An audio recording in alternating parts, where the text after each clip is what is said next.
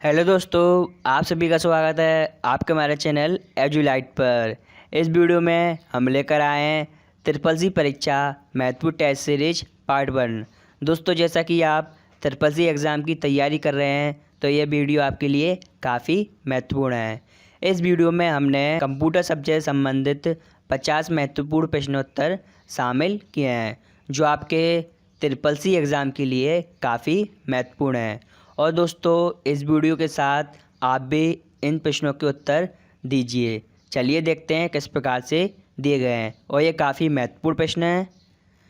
Question number 1, web browser में Ctrl+D का क्या कार्य है? तो दोस्तों, यहाँ पे बताना है जो वेब ब्राउज़र होता है उसमें Ctrl+D प्रेस करने पर कौन सा कार्य निरूपित होगा या फिर प्रदर्शित होगा। बताइए इसका आंसर कौन सा सही है। इसका सही आंसर है ऑप्शन सी, बुकमार्क लगाना। यानी कि दोस्तों, जो हम वेबसाइट खोलते हैं उस वेबसाइट का बुकमार्क लगा सकते हैं, जिससे हम फ्यूचर में यदि हम बुकमार्क से ओपन करेंगे तो वो वेबसाइट खुल जाएगी। और वेब हिस्ट्री देखने के लिए दोस्तों हम Ctrl+H का उपयोग करते हैं, जिससे हम वेब हिस्ट्री देख सकते हैं, यानी कि हमने पूर्व में क्या क्या ओपन किया है अपने ब्राउज़र में।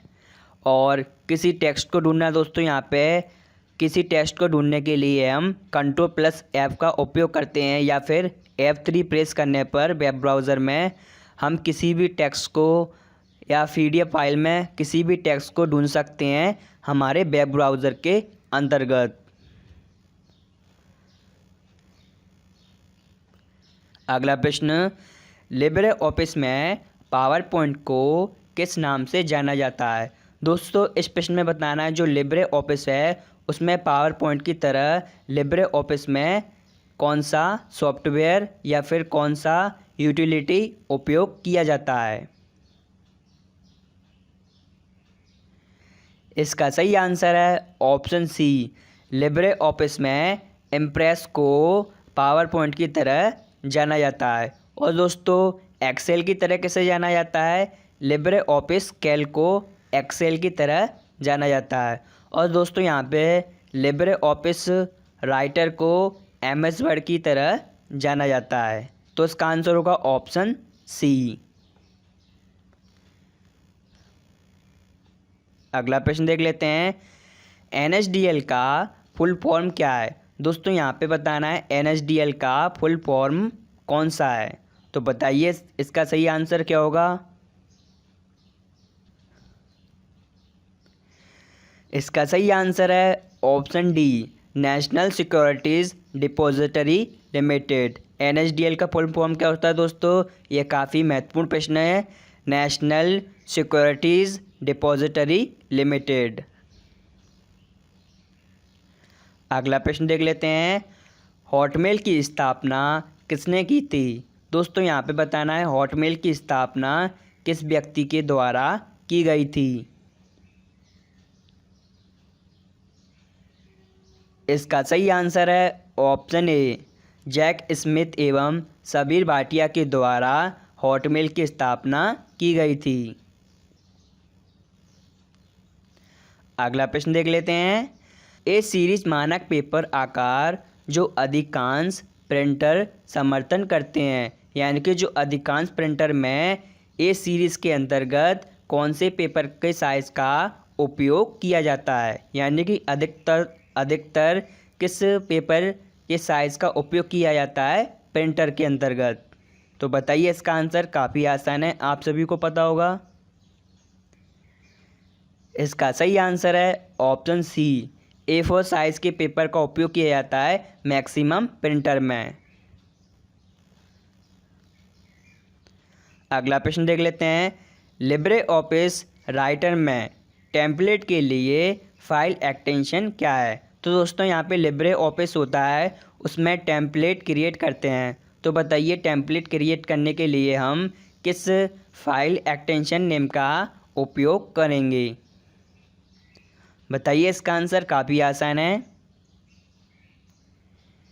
इसका सही आंसर है ऑप्शन बी, .OTT का फाइल एक्सटेंशन का उपयोग करेंगे लिब्रे ऑफिस में टेम्पलेट फाइल एक्सटेंशन क्रिएट करने के लिए।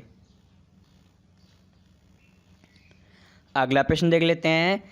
कैल्क में शॉर्टकट की Ctrl+W प्रेस करने पर कौन सा कार्य प्रदर्शित होगा। यानी कि जो ऑफिस लिब्रे ऑफिस है उसमें कैल्क में यानी कि एक्सेल की तरह कार्य करता है कैल्क, उसमें हमें Ctrl+W प्रेस करते हैं तो कौन सा कार्य प्रदर्शित होगा। बताइए इसका सही आंसर कौन सा है। इसका सही आंसर है ऑप्शन ए, विंडोज से बाहर निकलना। यानी कि कैल्क को यानी कि कैल्क सॉफ्टवेयर को क्लोज करना या फिर विंडोज से बाहर निकलना। अगला प्रश्न देख लेते हैं। आउटलुक से हम अधिकतम फाइल साइज कितना भेज सकते हैं। यानी कि जो आउटलुक सॉफ्टवेयर होता है जिससे हम ईमेल भेजते हैं, तो बताइए उससे कितने मेगाबाइट की फ़ाइल भेजी जा सकती है। तो बताइए इसका सही आंसर क्या होगा।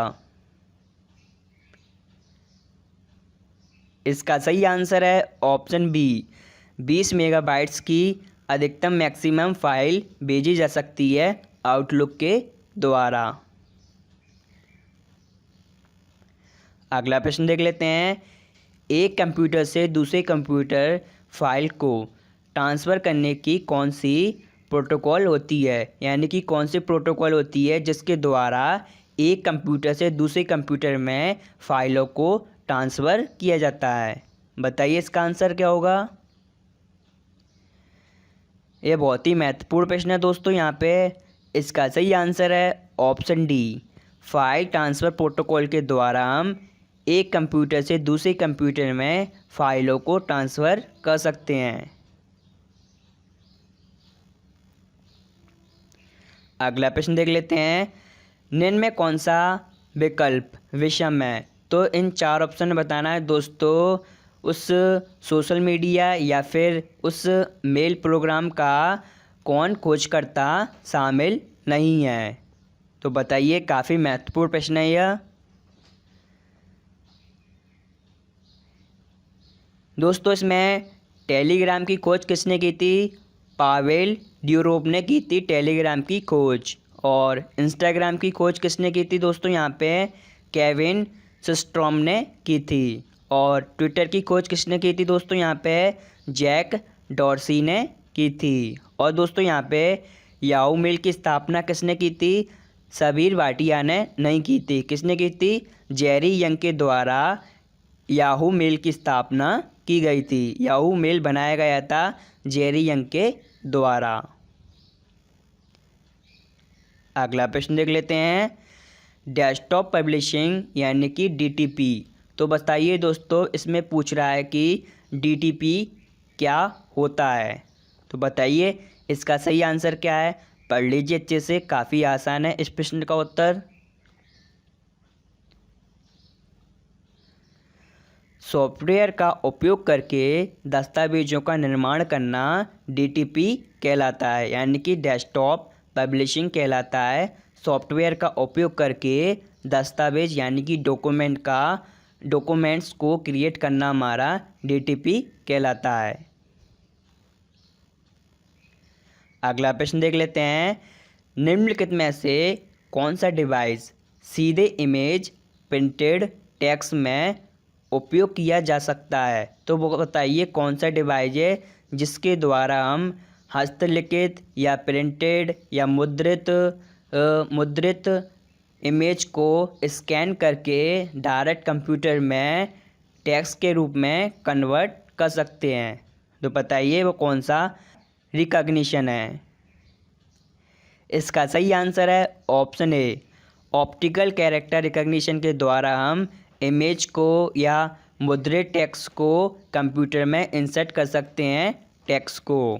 मैग्नेटिक इंक कैरेक्टर रीडर के द्वारा दोस्तों जो MICR चेक होते हैं उसमें हम MICR कोड होता है और जो MICR कोड को रीड करने के लिए MICR मशीन का उपयोग किया जाता है, जिसमें चेक में दिए गए कोड को जो गुप्त इन्फॉर्मेशन होती है वो हमारी मशीन के अंदर या कंप्यूटर के अंदर चली जाती है। ऑप्टिकल मार्क रिकॉग्निशन के द्वारा दोस्तों जो OMR शीट होती है उसको रिकॉग्निशन किया जाता है OMR के द्वारा, यानी कि ऑप्टिकल मार्क रिकॉग्निशन। अगला प्रश्न देख लेते हैं।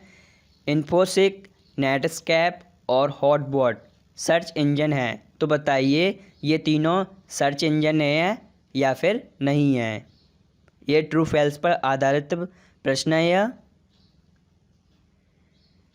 इसका सही आंसर है ऑप्शन ए, यानी कि यह वाक्य सत्य है, यानी कि इन्फोसिक, नेटस्कैप और हॉटबॉट ये तीनों सर्च इंजन हैं जो ब्राउज़र में उपयोग किए जाते हैं। अगला प्रश्न देख लेते हैं। MICR कोड कितने अंकों की पहचान करता है, यानी कि दोस्तों यहाँ पे पूछ रहा है कि जो MICR कोड होता है वो कितने अंकों को रिकॉग्निशन करता है, यानी कि पहचानता है। बताइए इसका आंसर काफ़ी आसान है। इसका सही आंसर है ऑप्शन डी, 9 अंकीय कोड को पहचानता है MICR code, magnetic ink character recognition या फिर रीडर।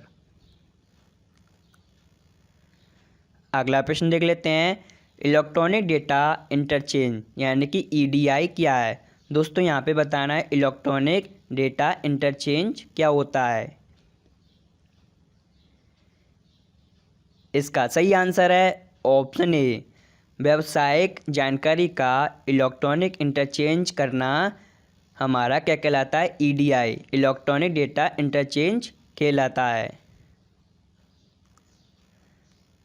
अगला प्रश्न देख लेते हैं।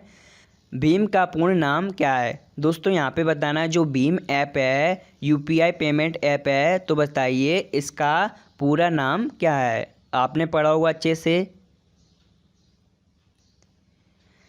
इसका सही आंसर है option C, Bharat interface for money इसका पूर्ण नाम है भीम ऐप का। अगला प्रश्न देख लेते हैं। लिब्रे ऑफिस में शॉर्टकट की Ctrl+K प्रेस करने पर कौन सा कार्य प्रदर्शित होगा। दोस्तों यहाँ पे बताना है जो लिब्रे ऑफिस में Ctrl+K प्रेस करने पर कौन सी सुविधा ओपन होगी। तो आप सभी को पता होगा इसका आंसर, काफ़ी आसान है। इसका सही आंसर है ऑप्शन ए, हाइपर लिंक जोड़ना। Ctrl+K के द्वारा हम किसी भी सॉफ्टवेयर में जैसे कि MS वर्ड, एक्सेल या फिर लिब्रे ऑफिस या ओपन ऑफिस कैल्क आदि सॉफ्टवेयर में हम Ctrl+K प्रेस करने पर हाइपर लिंक जोड़ सकते हैं। दोस्तों यहाँ पे हाइपर लिंक किस लिए जोड़ा जाता है, इसलिए जोड़ा जाता है कि किसी भी सॉफ्टवेयर में हम आसानी से पहुंच सकते हैं या किसी भी यूटिलिटी या किसी भी वेबसाइट या फिर किसी भी लिंक पर क्लिक करके हम आसानी से किसी भी चीज़ को ओपन कर सकते हैं हाइपर लिंक के द्वारा। अगला प्रश्न देख लेते हैं दोस्तों। ई-कॉमर्स में सिक्योरिटी के रूप में किस प्रोटोकॉल का उपयोग किया जाता है। दोस्तों यहाँ पे बताना है ई-कॉमर्स होता है उसमें इलेक्ट्रॉनिक कॉमर्स, उसमें सिक्योरिटी के रूप में किस प्रोटोकॉल का उपयोग करते हैं। तो बताइए, काफ़ी महत्वपूर्ण प्रश्न है यह। तो इसका सही आंसर होगा option B, secure electronic transaction, यानी कि सेट का उपयोग किया जाता है ई कॉमर्स में सिक्योरिटी के रूप में। दोस्तों यहाँ पे ऑप्शन ए देख लेते हैं, डिस्ट्रीब्यूटेड सोशल नेटवर्किंग प्रोटोकॉल, यानी कि सोशल मीडिया में सिक्योरिटी के रूप में किस प्रोटोकॉल का उपयोग किया जाता है, यानी कि DSNP प्रोटोकॉल का उपयोग किया जाता है सोशल मीडिया में सिक्योरिटी के रूप में।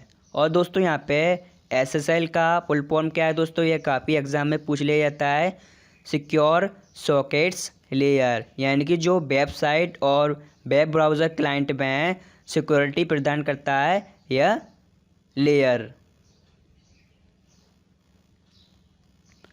अगला प्रश्न देख लेते हैं, अधिकतम सुपर कंप्यूटर में किस ऑपरेटिंग सिस्टम का उपयोग किया जाता है, यानी कि दोस्तों ये सुपर कंप्यूटर होते हैं उसमें सुपर कंप्यूटर को एक्सेस करने के लिए किस ऑपरेटिंग सिस्टम का उपयोग किया जाता है?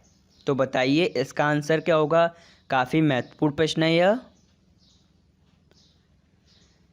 इसका सही आंसर है option B, Linux operating system का उपयोग किया जाता है सुपर कंप्यूटर के अंतर्गत। अगला प्रश्न देख लेते हैं।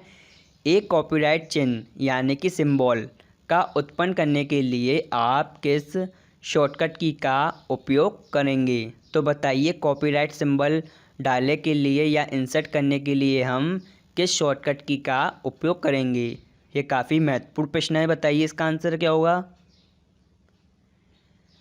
इसका सही आंसर है option B, ultra plus control plus C की प्रेस करके हम कॉपीराइट चिन्ह लगा सकते हैं। अगला प्रश्न देख लेते हैं। विदेशी ड्राफ्ट से आपका क्या अभिप्राय है? दोस्तों यहाँ पे बताना जो विदेशी ड्राफ्ट होता है उसका क्या अर्थ है।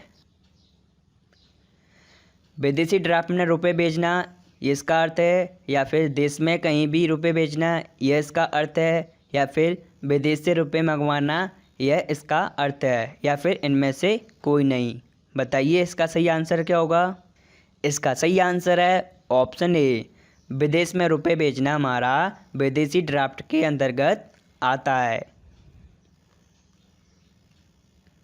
अगला प्रश्न देख लेते हैं। चेंज केस में अपर केस का क्या अर्थ है? दोस्तों यहाँ पे बताइए आपने चेंज केस देखा होगा एमएस ऑफिस या फिर लिब्रे राइटर में। तो बताइए अपर केस का अर्थ क्या होता है? पढ़ लीजिए अच्छे से, ये काफ़ी आसान प्रश्न है और इसका उपयोग भी सर्वाधिक किया जाता है। तो इसका सही आंसर है ऑप्शन ए, सभी शब्दों को कैपिटल लेटर में लिखना हमारा अपर केस कहलाता है। यानी कि जो जितने भी शब्द होते हैं उसमें सभी लेटर को हम अपर केस यानी कि कैपिटल लेटर में लिख देते हैं, उसे अपर केस कहते हैं। और लोअर केस किसे कहते हैं दोस्तों? इसमें सभी शब्दों को स्मॉल लेटर में लिखते हैं तो उसे लोअर केस कहते हैं। अगला प्रश्न देख लेते हैं। ओपन ऑफिस कैल्क में फंक्शन विजार्ड ओपन करने की शॉर्टकट की कौन सी है? यानी कि दोस्तों यहाँ पे जो फंक्शन विजार्ड होता है जिसके द्वारा हम किसी भी फॉर्मूला को इंसर्ट कर सकते हैं यानी कि यूज़ कर सकते हैं। तो बताइए यह फंक्शन विजार्ड या फिर डायलॉग बॉक्स ओपन करने के लिए किस शॉर्टकट की का उपयोग करेंगे? तो इसका सही आंसर है option A, control plus F2 का उपयोग करके हम फंक्शन विजार्ड ओपन कर सकते हैं। अगला प्रश्न देख लेते हैं। ई लर्निंग क्या है? दोस्तों इन चार ऑप्शन बताना है जो इलेक्ट्रॉनिक लर्निंग क्या होती है। आप सभी को उसका आंसर पता होगा, काफ़ी आसान है। इसका सही आंसर है ऑप्शन बी, ऑनलाइन शिक्षा प्रणाली ई लर्निंग के अंतर्गत आती है। यानी कि इलेक्ट्रॉनिक लर्निंग क्या होती है? ऑनलाइन के अंतर्गत शिक्षा प्राप्त करना। अगला प्रश्न देख लेते हैं। निम्न में से कौन सी एक इलेक्ट्रॉनिक फंड ट्रांसफ़र की सेवा सबसे तेज़ है? यानी कि जो इलेक्ट्रॉनिक की होती है या जो फंड ट्रांसफ़र की सेवा सबसे तेज़ कौन सी है? यानी कि मनी ट्रांसफ़र की सेवा सबसे तेज़ कौन सी है हमारे इलेक्ट्रॉनिक के अंतर्गत? NEFT है या फिर RTGS है या फिर IMPS है या फिर UPI है। बताइए सबसे फास्ट सर्विस कौन सी है? इसका सही आंसर है ऑप्शन बी, RTGS है, जिसका फुल फॉर्म क्या होता है दोस्तों? Real time gross settlement. दोस्तों इन सभी के फुल फॉर्म काफ़ी महत्वपूर्ण हैं, ये आपके एग्ज़ाम में किसी भी प्रकार से पूछे जा सकते हैं। और NEFT का फुल फॉर्म क्या होता है दोस्तों? यहाँ पे नेशनल इलेक्ट्रॉनिक फंड्स ट्रांसफ़र। और IMPS का फुल फॉर्म क्या होता है दोस्तों? यहाँ पे इमीडिएट पेमेंट सर्विस। और यूपीआई का फुल फॉर्म क्या होता है दोस्तों? यहाँ पे यूनिफाइड पेमेंट्स इंटरफेस।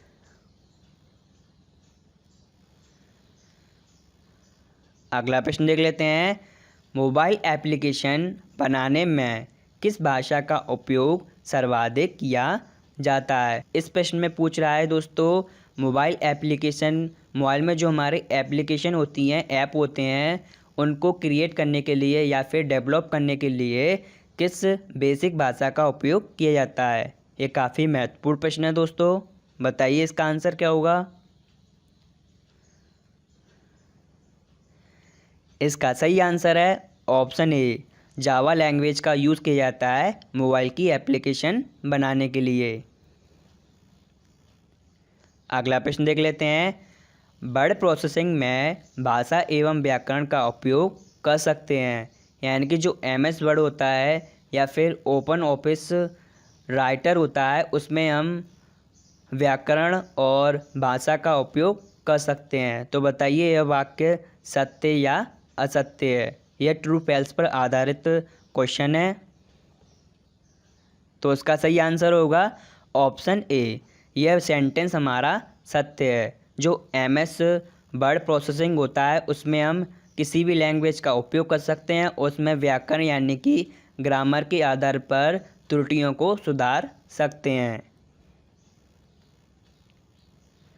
अगला प्रश्न देख लेते हैं, विकल्प को मोबाइल डिवाइसों पर इंटरनेट का उपयोग करने के लिए नहीं बनाया गया है। यानी कि जो मोबाइल डिवाइस होते हैं उसमें इंटरनेट का उपयोग करने के लिए नहीं बनाया गया है। तो इन चार ऑप्शन बताइए वह कौन सा ब्राउज़र है?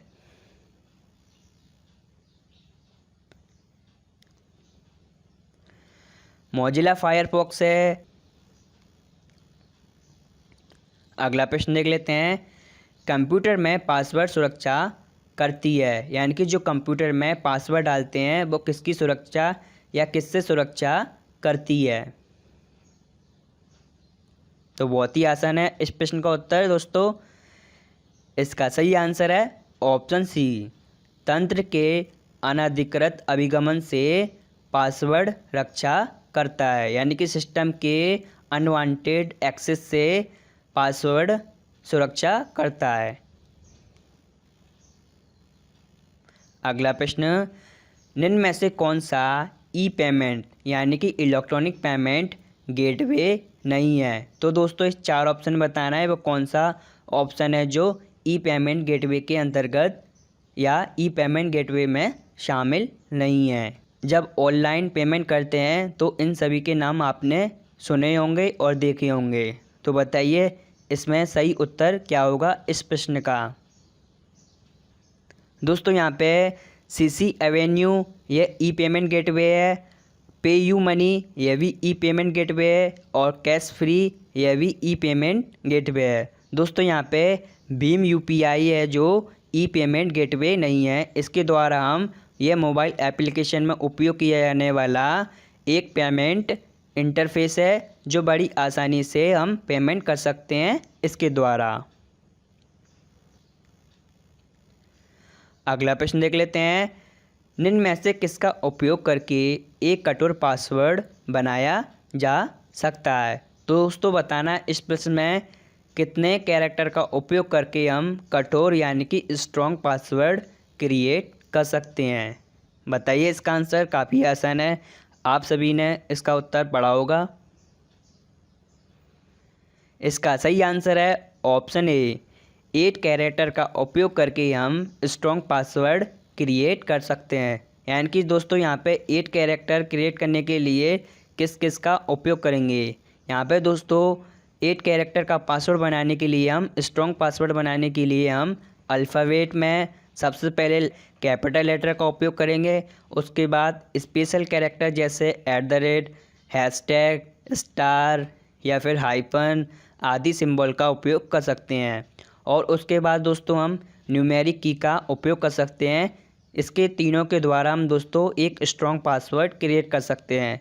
यदि आप किसी सॉफ्टवेयर में या किसी प्रोग्राम में या किसी वेबसाइट में पासवर्ड या ईमेल में पासवर्ड क्रिएट करना चाहते हैं तो 8 कैरेक्टर का ही पासवर्ड बनाएं। ये काफ़ी स्ट्रॉन्ग होता है। अगला प्रश्न देख लेते हैं, AEPS का विस्तृत रूप क्या है। दोस्तों इस प्रश्न में बताना है AEPS का फुल फॉर्म क्या है। बहुत ही आसान है, आप सभी ने इसका नाम सुना होगा। इसका सही आंसर है ऑप्शन बी, आधार इनेबल्ड पेमेंट सिस्टम। दोस्तों इसके द्वारा आधार कार्ड से पेमेंट लिया जा सकता है या पेमेंट डाला जा सकता है आधार इनेबल्ड पेमेंट सिस्टम के द्वारा। अगला प्रश्न दोस्तों देख लेते हैं, लिब्रे ऑफिस में हम टेक्स्ट का साइज बढ़ाने के लिए किन कुंजियों का उपयोग करेंगे। दोस्तों लिब्रे ऑफिस में जो टेक्स्ट टाइप करते हैं उनका हमें साइज बढ़ाना है या आकार बढ़ाना है, फ़ॉन्ट का साइज बढ़ाना है, तो बताइए किस शॉर्टकट की का उपयोग कर सकते हैं। दोस्तों यहाँ पे इसका सही आंसर होगा कंट्रोल प्लस क्लोज ब्रैकेट के द्वारा हम किसी भी फ़ॉन्ट का साइज़ बढ़ा सकते हैं, और कंट्रोल प्लस ओपन ब्रैकेट के द्वारा हम दोस्तों किसी भी टेक्स्ट से फ़ॉन्ट का साइज को घटा सकते हैं बड़ी आसानी से। अगला प्रश्न देख लेते हैं, लिब्रे ऑफिस इम्प्रेस का डिफ़ॉल्ट जूम कितना है। दोस्तों यहाँ पे बताना है जो लिब्रे ऑफिस इम्प्रेस होता है यानी कि पावर पॉइंट की तरह कार्य करता है इम्प्रेस, उसमें जो हमारी स्टार्टिंग में विंडोज़ यानी कि जो प्रेजेंटेशन या पीपीटी फाइल खुलती है उसका डिफ़ॉल्ट जूम कितना होता है। बताइए इसका सही आंसर क्या होगा। इसका सही आंसर है ऑप्शन डी, 75% डिफ़ॉल्ट जूम होता है लिब्रे ऑफिस इम्प्रेस में। और दोस्तों पीपीटी में कितना होता है, 72% होता है पीपीटी में।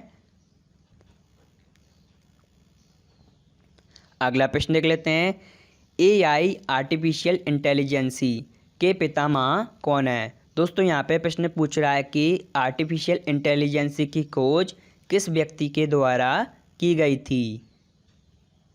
दोस्तों यहाँ पे अधिकतर जो सॉफ्टवेयर होते हैं या मशीनें होती हैं या बड़े बड़े सुपर कंप्यूटर होते हैं उसमें AI का उपयोग सर्वाधिक किया जाता है। तो दोस्तों बताइए AI की खोज सबसे पहले किस व्यक्ति के द्वारा की गई थी। तो इसका सही आंसर होगा दोस्तों हमारा जॉन मैकार्थी व्यक्ति के द्वारा AI आर्टिफिशियल इंटेलिजेंसी की खोज की गई थी।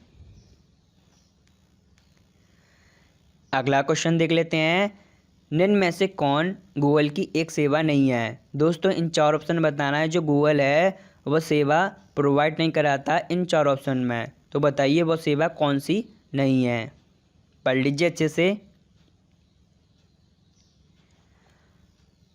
माय बिजनेस सेवा यह भी गूगल प्रोवाइड कराता है। ड्राइवर यानी कि यह भी सेवा गूगल प्रोवाइड कराता है। ट्रांसलेट यह भी गूगल ट्रांसलेट के अंतर्गत आता है। और दोस्तों यहाँ पे ऑप्शन डी आएगा लाइव चैटिंग, यह गूगल के द्वारा नहीं प्रोवाइड की जाती। अगला प्रश्न देख लेते हैं, पावर पॉइंट पेज में जो थीम्स होती हैं लगाने या बदलने के लिए किस मेन्यू या टैब का उपयोग किया जा सकता है। दोस्तों इस प्रश्न में पूछ रहा है कि जो पावर पॉइंट में जो हमारी पेज होती है उसमें थीम्स को हमें लगाना है या फिर हटाना है या चेंज करना है। तो बताइए किस मेन्यू या टैब का उपयोग करके हम ऐसा कर सकते हैं। तो आप सभी को इसका आंसर पता चल गया होगा। इसका सही आंसर है ऑप्शन डी, डिज़ाइन मेनू या टैब का उपयोग करके हम पावर पॉइंट में थीम्स लगा सकते हैं या फिर हटा सकते हैं। एनिमेशन के द्वारा दोस्तों हमें एनिमेशन भी लगा सकते हैं।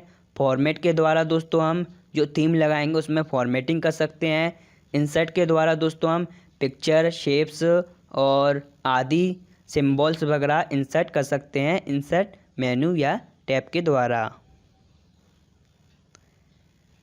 अगला प्रश्न देख लेते हैं दोस्तों, लाइनक्स या यूनिक्स ऑपरेटिंग सिस्टम में प्रिंट प्राप्त करने के लिए किस कमांड का उपयोग किया जा सकता है। यानी कि दोस्तों ये ऑपरेटिंग सिस्टम लाइनक्स और यूनिक्स में प्रिंट प्राप्त करने के लिए किस कमांड का उपयोग करेंगे। बताइए इसका आंसर। काफ़ी महत्वपूर्ण प्रश्न है यह। इसका सही आंसर है ऑप्शन ए, IPR कमांड का उपयोग करके हम प्रिंट गेट कर सकते हैं लिनक्स या यूनिक्स ऑपरेटिंग सिस्टम में। अगला क्वेश्चन देख लेते हैं। एप्पल कंपनी की स्थापना कब हुई थी। दोस्तों यहाँ पे पूछ रहा है कि जो एप्पल कंपनी है, जो एप्पल के मोबाइल बनाती है, उस कंपनी की स्थापना सबसे पहले यानी कि कब हुई थी। इसका सही आंसर है ऑप्शन बी, 1976 में एप्पल कंपनी की स्थापना हुई थी। और 1975 में दोस्तों माइक्रोसॉफ्ट कॉरपोरेशन की स्थापना हुई थी। अगला क्वेश्चन देख लेते हैं। निम्न में से कौन सा एक इम्पैक्ट प्रिंटर है। दोस्तों इस प्रश्न में पूछ रहा है कि दोस्तों इम्पैक्ट प्रिंटर कौन सा है इन 4 विकल्प में। पढ़ लीजिए अच्छे से इम्पैक्ट प्रिंटर को क्या होता है दोस्तों, आप सभी ने पढ़ा होगा। तो इसका सही आंसर है option C, dot matrix printer को हम इम्पैक्ट प्रिंटर के नाम से जानते हैं। अगला प्रश्न देख लेते हैं। मेनफ्रेम कंप्यूटर का उपयोग व्यावसायिक कार्यों में होता है। दोस्तों बताइए जो मेनफ्रेम कंप्यूटर होते हैं, जो आकार में बड़े होते हैं, जिनके द्वारा अधिक डाटा स्टोर किया जाता है और बड़े पैमाने पर डाटा को विजुलाइज किया जाता है या फिर एनालाइज किया जाता है मेनफ्रेम कंप्यूटर के अंतर्गत। तो बताइए यह वाक्य सत्य है या फिर असत्य है। दोस्तों इसका आंसर होगा ऑप्शन ए, यह वाक्य ट्रू है यानी कि सत्य है। अगला प्रश्न देख लेते हैं। अरफानेट का फुल फॉर्म क्या है। दोस्तों यहाँ पे बताना है अरफानेट का विस्तृत रूप क्या है यानी कि फुल फॉर्म कौन सा है। ये काफ़ी महत्वपूर्ण प्रश्न है दोस्तों। बताइए इसका आंसर क्या होगा, आप सभी ने पढ़ा होगा। इसका सही आंसर है option C, advanced research projects agency network. यानी कि advance research projects agency network होता है अरफानेट का फुल फॉर्म। अगला प्रश्न देख लेते हैं दोस्तों। निम्न में से कौन सा एक एंटीवायरस प्रोग्राम की श्रेणी में आता है। दोस्तों इन 4 ऑप्शन बताना है कौन सा प्रोग्राम है जो एंटीवायरस की श्रेणी में आता है। बताइए इसका सही आंसर क्या होगा। दोस्तों जितने भी विंडो वर्जन है उसमें माइक्रोसॉफ्ट विंडोज़ डिफेंडर को एंटीवायरस के रूप में उपयोग करते हैं, या ये इनबिल्ट एंटीवायरस है जो माइक्रोसॉफ्ट विंडो के अंतर्गत आता है पहले से ही। और सोफोस दोस्तों यहाँ पे लाइनक्स ऑपरेटिंग सिस्टम में एंटीवायरस के रूप में उपयोग कर सकते हैं सोफोस यूटिलिटी का। और क्विक हील दोस्तों, क्विक हील जो प्रोग्राम है उसका उपयोग हम किसी भी विंडो वर्जन में कर सकते हैं एंटीवायरस के रूप में। तो दोस्तों इसका सही आंसर होगा ऑप्शन डी, ये सभी विकल्प हमारे एंटीवायरस प्रोग्राम के अंतर्गत आते हैं। अगला प्रश्न देख लेते हैं। हम विकल्प का उपयोग कर किसी भी कंप्यूटर में रिमोट लॉगिन कर सकते हैं। यानी कि दोस्तों रिमोट लॉगिन क्या होता है इसमें देख लेते हैं। जैसा कि हम एक कंप्यूटर से दूसरे कंप्यूटर को एक्सेस कर सकते हैं रिमोट लॉगिन के अंतर्गत, चाहे वो व्यक्ति कितने भी दूरी पर क्यों ना हो। तो बताइए ऐसा किस ऑप्शन के द्वारा किया जाता है। तो दोस्तों आप सभी ने पढ़ा होगा इसका आंसर। तो बताइए, ये काफ़ी महत्वपूर्ण प्रश्न है। तो इसका सही आंसर होगा ऑप्शन डी, टेलनेट के द्वारा दोस्तों हम एक कंप्यूटर से दूसरे कंप्यूटर को रिमोट लॉगिन या एक्सेस कर सकते हैं या चला सकते हैं या कुछ भी कार्य कर सकते हैं टेलनेट के सहायता से। अगला प्रश्न देख लेते हैं। निम्न में से किस ऐप द्वारा डिजिटल इंडिया के अंतर्गत नागरिकों को शासन से जोड़ना है। दोस्तों किस ऐप के द्वारा नागरिकों को शासन से जोड़ा गया है। तो बताइए इसका आंसर क्या होगा, वो कौन सी मोबाइल एप्लीकेशन है या फिर वेबसाइट है।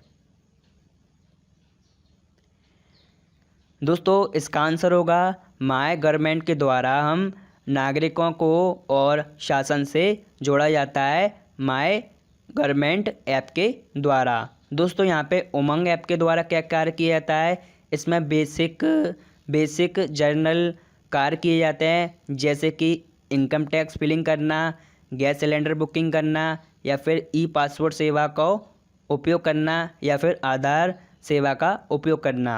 और दोस्तों यहाँ पे भीम यूपीआई ऐप के द्वारा हम पेमेंट ट्रांसफ़र कर सकते हैं। और ई पाठशाला के द्वारा दोस्तों इस ऐप के द्वारा एनसीईआरटी की बुक डाउनलोड कर सकते हैं या फिर देख सकते हैं ई पाठशाला ऐप के द्वारा।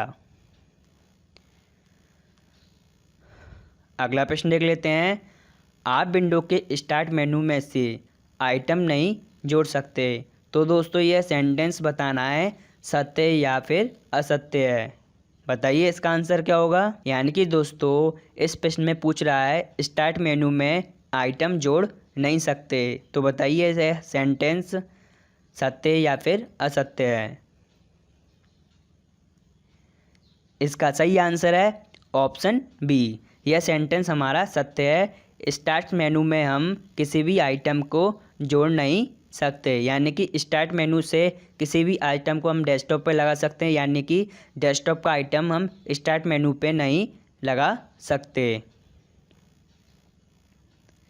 अगला प्रश्न देख लेते हैं। इनबॉक्स में प्राप्त मेल का उत्तर देने के लिए किस विकल्प का चयन करेंगे। दोस्तों यहाँ पे इनबॉक्स में हमारा कोई मेल प्राप्त हुआ है, तो उस मेल का रिप्लाई देने के लिए या उत्तर देने के लिए किस बटन का उपयोग करेंगे। बहुत ही आसान है। इस प्रश्न का उत्तर बताइए सही क्या होगा। इसका सही आंसर है ऑप्शन बी। रिप्लाई बटन का उपयोग करके हम जो मेल रिसीव हुआ है इनबॉक्स में उसका जवाब दे सकते हैं रिप्लाई बटन के द्वारा। और सभी फॉरवर्ड का मतलब होता है दोस्तों यहाँ पे एक मेल को सभी जीमेल आईडियों पर फॉरवर्ड कर सकते हैं फॉरवर्ड बटन के द्वारा। कंपोज बटन के द्वारा दोस्तों हम ईमेल क्रिएट कर सकते हैं एक नया, और फॉरवर्ड बटन के द्वारा दोस्तों हम एक प्राप्त मेल को किसी भी व्यक्ति को फॉरवर्ड कर सकते हैं फॉरवर्ड बटन के द्वारा। अगला प्रश्न देख लेते हैं। 8 बिट्स का एक संग्रह क्या कहलाता है। तो बताइए 8 बिट्स का एक संग्रह क्या कहलाता है, यानी कि 8 बिट्स किसके बराबर होता है। बताइए इसका आंसर काफ़ी आसान है। सिंबल के बराबर होता है, या फिर फाइल के बराबर होता है, या फिर बाइट के बराबर होता है, या फिर शब्द के बराबर होता है। इसका सही आंसर है ऑप्शन सी। बाइट के बराबर होता है हमारा 8 बिट्स। अगला प्रश्न देख लेते हैं। ओपन सोर्स सॉफ्टवेयर होने का मुख्य गुण कौन सा है। दोस्तों जो बताइए इस प्रश्न में पूछ रहा है जो इंटरनेट पर हमारे कुछ सॉफ्टवेयर होते हैं जो फ्री में उपलब्ध होते हैं, जिन्हें हम ओपन सोर्स सॉफ्टवेयर कहते हैं। तो बताइए उसका गुण होने के लिए, उसका मानक होने के लिए किस किस बिंदुओं का उपयोग किया जाता है इन 4 ऑप्शन में। दोस्तों देख लेते हैं। इसमें सोर्स कोड एक लाइसेंस कोड की तरह जारी किया जाता है, यानी कि सोर्स कोड का अर्थ होता है दोस्तों जो सॉफ्टवेयर का लाइसेंस होता है उसकी तरह सोर्स कोड के रूप में उपयोग किया जाता है इंटरनेट पर। इसमें कॉपीराइट धारक यानी कि जो सॉफ्टवेयर का ओनर होता है उपयोगकर्ता को सॉफ्टवेयर का उपयोग करने की अनुमति देता है। ठीक है। इसमें उपयोगकर्ता के द्वारा सॉफ्टवेयर का उपयोग, अध्ययन, परिवर्तन और विवरण किया जा सकता है, यानी कि जो ओनर होता है उपयोगकर्ता को सॉफ्टवेयर डाउनलोड करने की परमिशन देता है, उसको उपयोग करने की परमिशन देता है, उसका अध्ययन करने की परमिशन देता है और उसको परिवर्तन या उसका वर्णन करने की परमिशन देता है कॉपीराइट धारक। तो इसका आंसर होगा ऑप्शन डी। ये सभी विकल्प हमारे ओपन सोर्स सॉफ्टवेयर के होने का गुण प्रदर्शित करते हैं। तो दोस्तों यहाँ पे बताना है ओपन सोर्स सॉफ्टवेयर का एक मुख्य उदाहरण कौन सा हो सकता है। तो दोस्तों यहाँ पे ओपन ऑफिस या फिर ओपन सोर्स या फिर MS वर्ड या फिर आदि सॉफ्टवेयर ओपन सोर्स के अंतर्गत आते हैं, जिन्हें हम फ्री में उपयोग कर सकते हैं।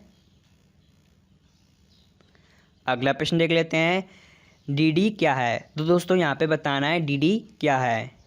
बहुत ही आसान है। इस प्रश्न का उत्तर ऋण पत्र होता है या फिर राजपत्र होता है या मांग पत्र होता है या फिर ब्याज पत्र होता है। तो बताइए दोस्तों DD क्या होता है। तो दोस्तों इसका आंसर होगा ऑप्शन सी, मांग पत्र होता है, यानी कि डिमांड ड्राफ्ट होता है DD को मांग पत्र इसलिए कहते हैं दोस्तों, इसमें किसी व्यक्ति की जानकारी फिल करके उस व्यक्ति को हम मनी सेंड कर सकते हैं DD के द्वारा। चलिए दोस्तों, मुझे उम्मीद है यह SSC एग्ज़ाम से संबंधित वीडियो काफ़ी आपको पसंद आया होगा और ये काफ़ी महत्वपूर्ण प्रश्न है। और दोस्तों वीडियो कैसा लगा, इस वीडियो को ज़रूर लाइक कर दें। इसी तरह हम SSC एग्ज़ाम परीक्षा के लिए टेस्ट सीरीज लाते रहेंगे और आपने कितने प्रश्नों के उत्तर दिए यह हमें कमेंट बॉक्स में भी बता सकते हैं। और दोस्तों ये काफ़ी महत्वपूर्ण प्रश्न है, इन्हें आप ज़रूर नोट कर लें, ये आपके SSC एग्ज़ाम के लिए काफ़ी महत्वपूर्ण है। और दोस्तों यदि आप चैनल पर नए हैं तो प्लीज़ इस चैनल को सब्सक्राइब कर लें। चलिए दोस्तों, वीडियो देखने के लिए धन्यवाद।